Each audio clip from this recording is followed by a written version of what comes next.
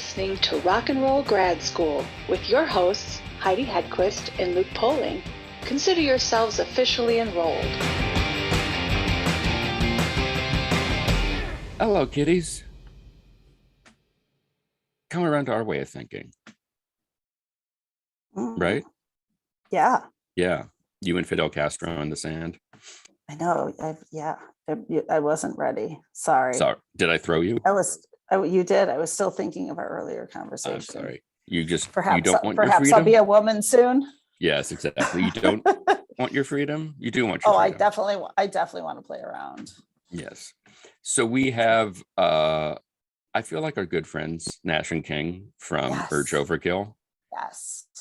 They have a new record called We, and they have a cover that we all get into. And I feel like it sounds like they didn't really make all the connections that we made for them when talking about the record, at least the cover. No.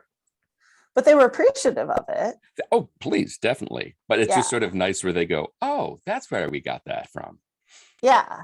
It was so just ingrained in them that it just naturally what they wanted, and they didn't realize the subconscious. Right. And that's why we're here, to dive deep into your subconscious. Yes, exactly. Yes.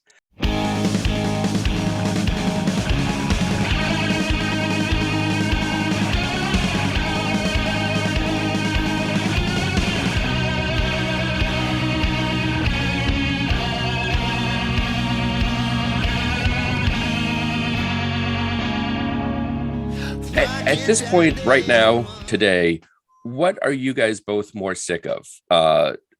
Talking about Omicron or going out and pimping this record at this point in the day? Yeah, I've got to say the virus. We've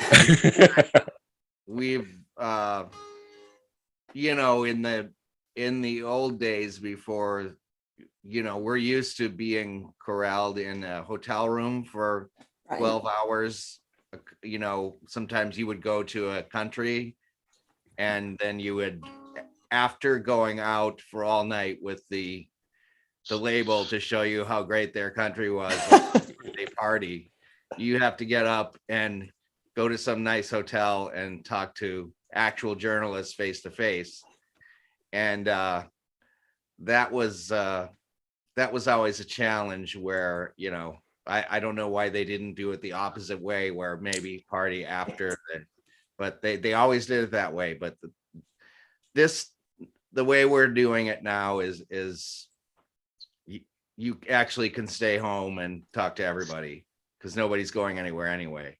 And we've sort of limited it to we don't do multiple interviews in a day. That can get pretty stale when you have to basically answer the same questions multiple times on the same day. So this has been like the way they release records now. I guess it's a pretty drawn out period where you can tease them online, and it's allowed us to.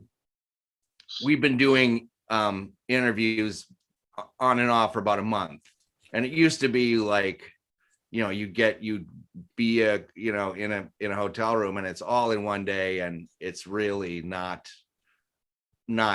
ideal. So that's a nice word for it. Technology has afforded us I think a more pleasant way of doing it. Everybody is sick about talking about the virus, that's for sure. So which country showed you the best time? Spain. I was gonna say Spain. Nash just said Spain. That's true. What was it about Spain? Now I'm intrigued. The mutual agreement. I guess we don't know.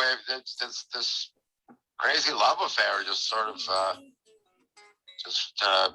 developed between España and Urge Overkill, and the paella, the discotheque, the tapas, yeah, the bulls, the party favors. Bulls. I mean, Bulls on the cover of the new album.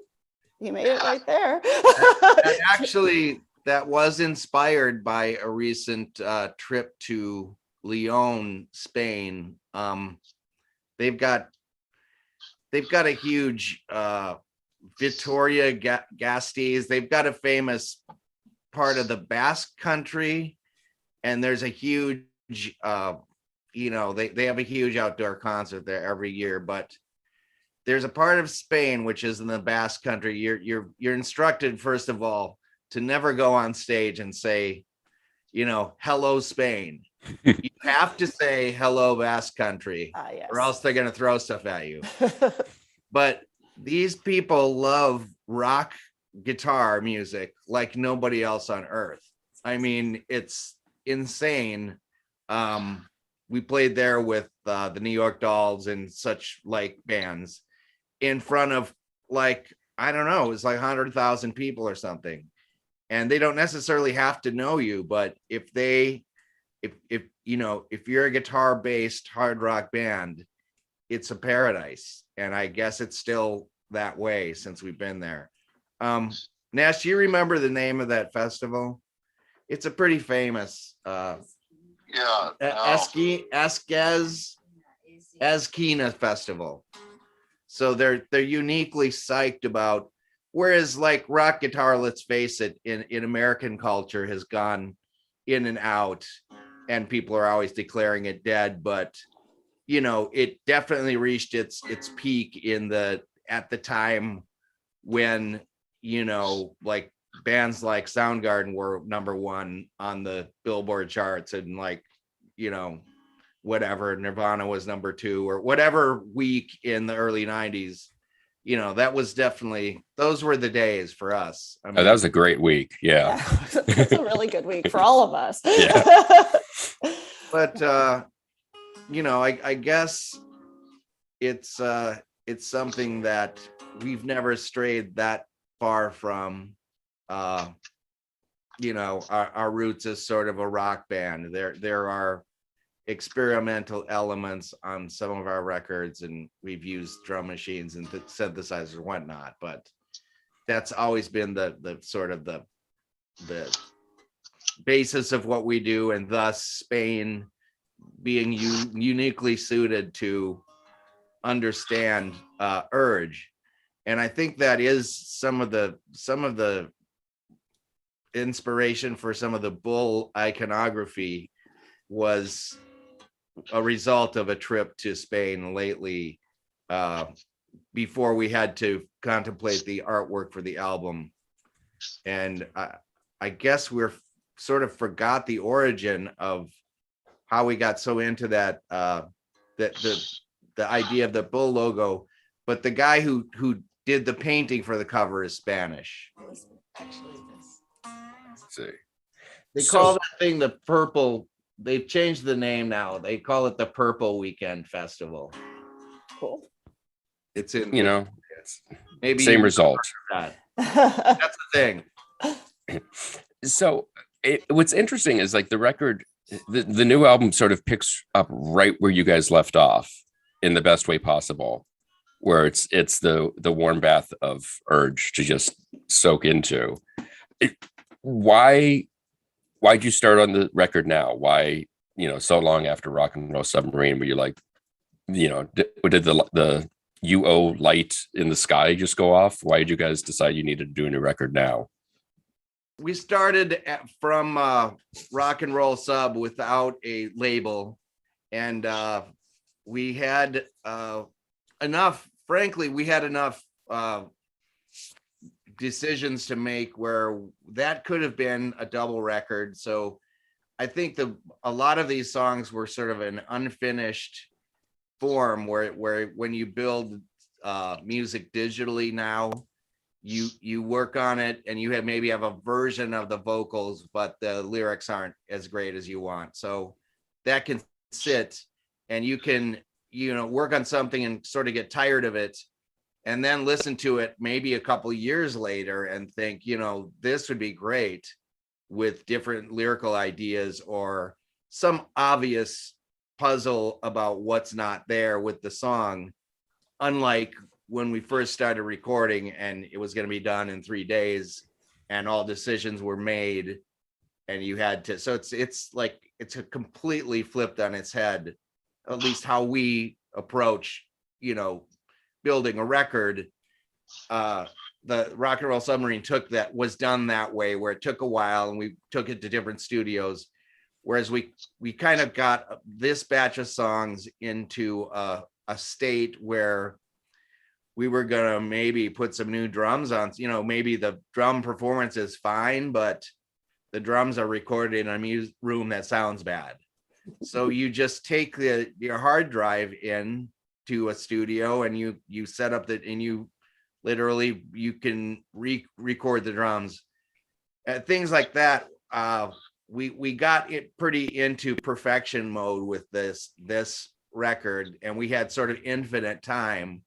We weren't under a schedule, like a corporate schedule where there was a release date.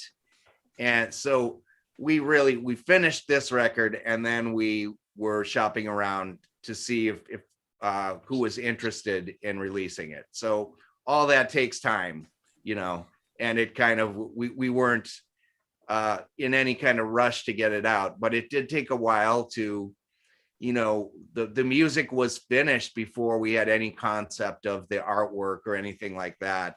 And, but we did find a great record company in Omnivore, and, the result you see now, probably, a few years, that the music had been completed pre-pandemic and all that. So I guess that's how it wasn't like it was a slow process, and probably slower than we would have liked.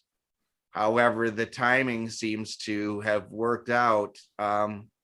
We're getting a lot of positive feedback we're getting a lot of good attention from the record, possibly better than last time, I think. And you just never know what's going to happen with music, and you just have to do what you love to do. But I'm pretty pleased where the word of the new record has shown up.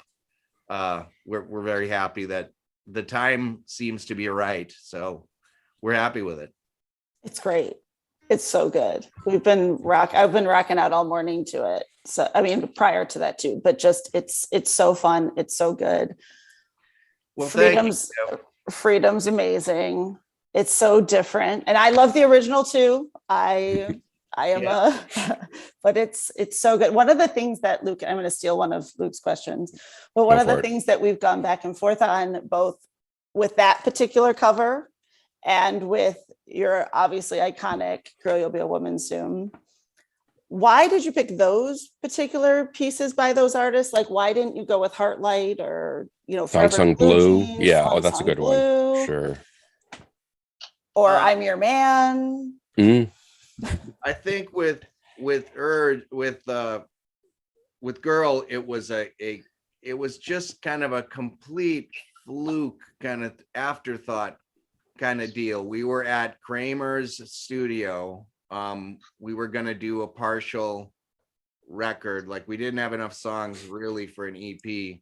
We basically didn't have enough songs for an EP. And I think there's a release, the original record called Velvet Gloves and Spit, that has Neil's Girl on it, had been picked up and had been in heavy rotation at the apartment. So that was picked up in a used, like a bargain bin, on the strength of the cover art.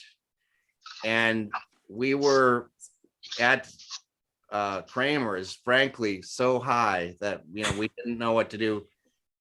We had finished everything that we had written, and it was a song that was easy to remember and kind of a thing we just wanted to unseriously take a stab at.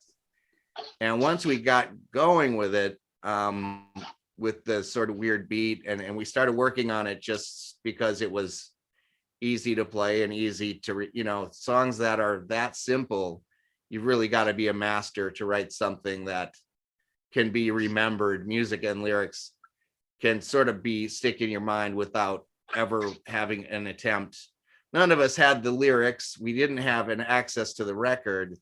This was just a song that was playing on the stereo last week, and we sort of needed to record something. So actually, we have to give credit to Kramer himself, who sort of, this song perked him up out of the, bong smoke haze. And he's like, you guys really have something here. He's like, this is your hit. Or like, you're high, And he's like, yeah, this is your hit. Let's, then we had this toy piano and we started having fun with it. And he got on the piano and added some stuff. And I think it was Kramer himself, the producer, legendary bong man. Some of you may or may not remember, but his touring band, Bongwater, was a band that we played with. We had a glorious night with them once in Montreal, and we got to know them. And at the time, he had a recording studio in New Jersey, right across from, I forget what the suburb in the hills over there is called. Nash, do you recall? I think it was in Orange, New Jersey. And anyway, he had bought this like mansion. I don't know what he was doing, but he had bought this mansion from somebody. It was somebody like Stevie Wonder or some kind of soul person who had put a state-of-the-art studio, but it was still like a 70s studio. So it had an ancient plate reverb. And if you hear the Stull record, we hadn't used a lot of reverb on our recordings, and we weren't really, a reverb forward band, but we ended up in his studio that had this immaculate plate reverb. And of course we put it on everything on the record. One of the tricks that I subsequently learned is that a lot of people, like Led Zeppelin, for instance, put all their drum tracks through this plate reverb stuff slightly. And that's part of the magic of that song, is that the recording may have been contemporary, but the reverb style would have been very much a 60s and 70s type of. It was after the period where they actually put reverb. They use a room and they put a speaker. You pump the music into the room, and you take a microphone and you record the actual sound of the room. This is an artificial type of plate that they, now they imitate it with computers, but that's one of the hallmarks of that recording. And, so the girl thing that's the story of how that was recorded, as opposed to any other Neil, it's safe to say we were in a Neil Diamond phase at the time. Isn't everyone always? Constant, but yeah. And as for the new one, our latest cover, we've covered various things throughout the years, and not all of them have made it to record or to the public. We've played a few things live and messed around with a very few cover songs, but Freedom was another one we heard while we were out on tour. And being unfamiliar with George Michael and Wham, it was more that the song that spoke to us. We heard the song in a cab in Moscow, and remembered the words and vowed to track it down. And we later discovered it was Wham. So I was surprised to find that most people had heard the song and it was sort of a hit. But we just kind of dug the song and kind of tracked it down after hearing it once. It was kind of a mystery that we, and we kind of put it up and played it to kind of to sort of break in a new studio. It was another thing that we sort of approached initially not completely seriously. Sometimes you want to record something that's already been written. If you're in a brand new studio, and we were with the V's in Minnesota, and we were like, well, how do we kick this off and keep the magic? You do something that's unserious, possibly disposable. And what's so cool about it is it's not at all like your version of it. It changes the entire feel of the lyrics. Like it's more, and again, I love George Michael. I love Andrew Ridgeley. But your version of it, the lyrics are just a little bit darker, a little bit more sincere to what the words that are being said. And it's just so fun and different. I love it. I don't like when covers are so true to the original that they're not. This is its own song. What's the point? Yeah, Right. I've always been vehemently against if there's like a perfect version of a song, you really want to do something as different as possible with a cover.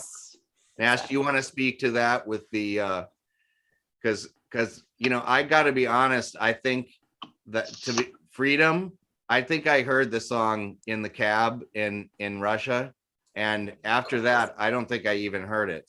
So we didn't have access. Nash, do you even own the song? I mean, I think we reconstructed it from a memory of maybe we got a hold of the lyrics. Or Nash, did you take from the lyrics at all of Freedom? Well, yeah, we eventually found it and listened to it. Then I think we were second guessing, like, why were we so taken by this? Right. But we stripped it for lyrics and they just sort of made it our own. Yeah. Which is the approach we've always taken with covers. I mean, if you can't, we've never understood why bands attempt to cover classics, unless you have something to add to it. Exactly. But if you take a B-side or a lesser known tune, I think we got the feeling that as we investigated that Freedom, I guess, was maybe a huge hit in Europe. It wasn't that huge over here. Right. I think their breakthrough hit in the States was "Wake Me Up Before You Go," or that kind of thing. But that gives you leeway to. That wouldn't have worked. No. No. Yeah, not the same. We wouldn't be having this conversation about that. Give you that leeway to put your own stamp on it. And it's funny how it all happened, but if you like Ed said, I haven't really listened to the original since we recorded, but if you do listen to it, I mean, I didn't realize how almost night and day the original to our version is, but you still know it's there. Like, you still know it's that song, but it is night and day. It's like, it's amazing. Yeah. I've never understood bands that, like, hey, you got to hear our version of the Beatles' Revolution. It's awesome. Our producer says it's better than the original. Of course. There's something, it fits so well with the rest of the record. King, you were saying how, the timing of everything just sort of working out. I think something like How Sweet the Light, like I was listening to that the other day, like that is right now, that is what I need, is some sort of like, we've all been there. It's such a wonderful kind of voice of assuredness on your shoulder, kind of being like, it's going to work out. I don't know how, but something's going to happen. And it's not overly optimistic, but it's just reassuring in the best possible way that seriously, I was driving around and I was like, this is exactly what I need right now. And I think there's a reason for whatever out there in the universe that this record comes into being now, comes into everyone's lives now. And it seems to be speaking to the moment. The main restaurant critic for the New York Times recently checked that song on his blog. I don't know how he got a hold of it, but he's like, when you're making poached eggs with your New Year's hangover, listen to this song. I gotta say, the guy's got good taste. Yes, that goes on the cover of the album. Put that on the sticker. Right. So yeah, speaking to the moment, and that's, sure, the some of these songs are literally from the vault, as you would say, but seems like now's the time. I'm glad they didn't come out on, D-Day of the virus. And I think we're coming out of this. That's been said before, but really, I think where we are today is got to be the last of the major spikes in this disease. Of course, we'll have to see, but yeah, the release date is in 22, and we hope that's going to be. We hope the Roaring 20s are going to be the rule of the day. Yes, all flappers and bathtub gin from here on out. Out and about like never before. Yes. Assuming. I know I will be. I'll be with you. I'm going to Spain. Are you kidding me? Yeah. I'm hightailing it to Spain first chance I get.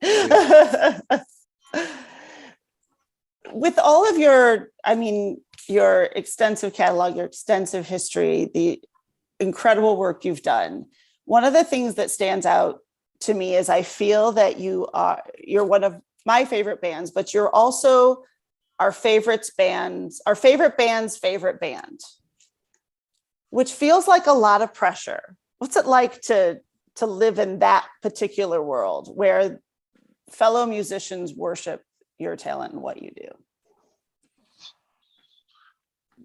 Nash, I put great stock in that, and because of that, we were asked on tour to see. At the time, when Nirvana hit the world, we actually had a couple more records out that we were arguably a bigger band, but we were asked to accompany them on a couple of tours, and because of that, we were privileged to see many more shows of perhaps one of the greatest live bands I've ever seen. Not a lot of people got to see a lot of more Nirvana shows than us. And frankly, the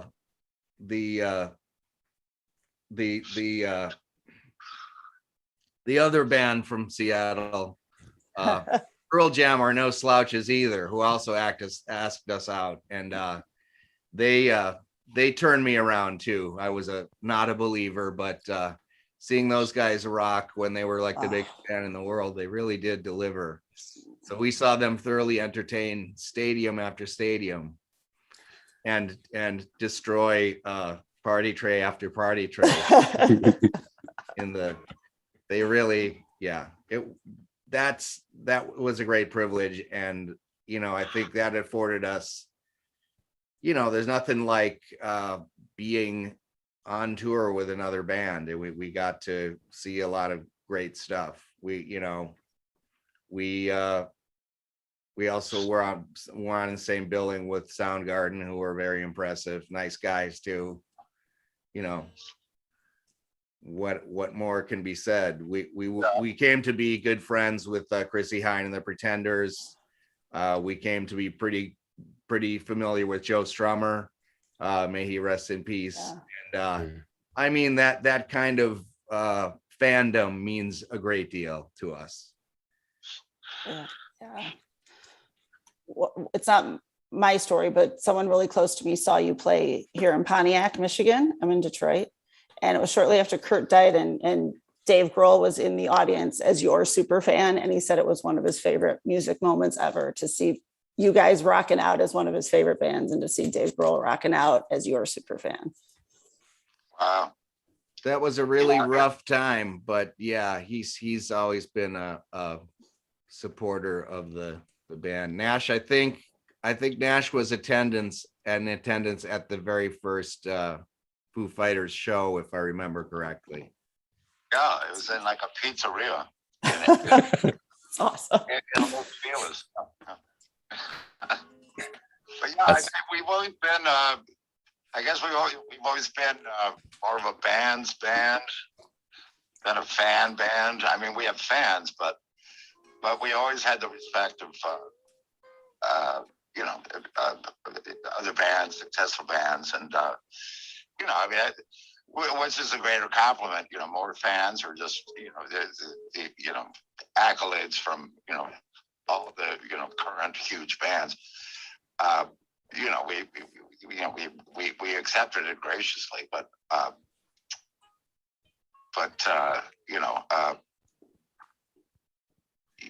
guess we've always been a band's band more than a fan band.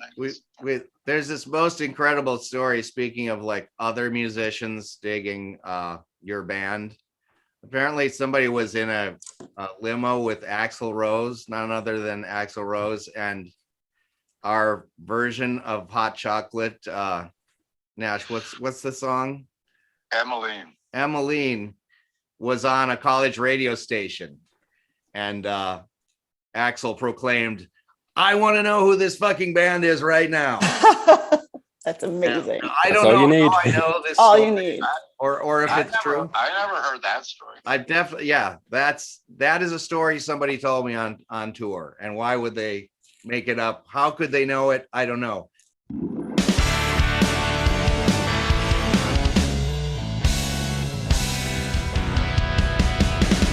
Every day it's a different story.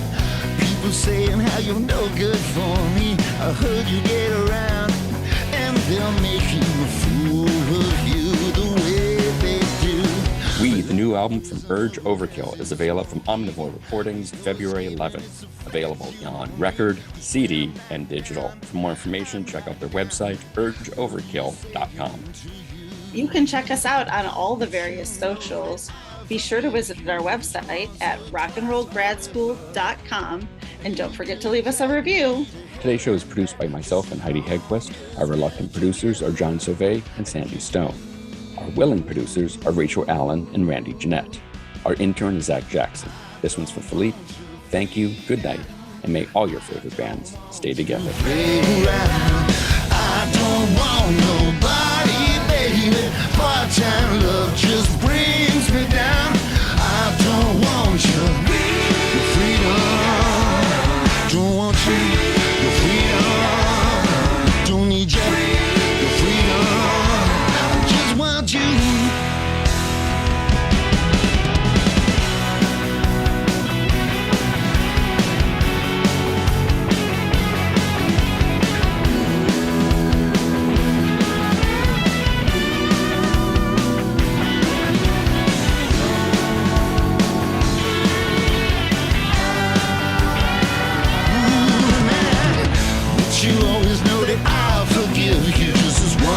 Twice forever.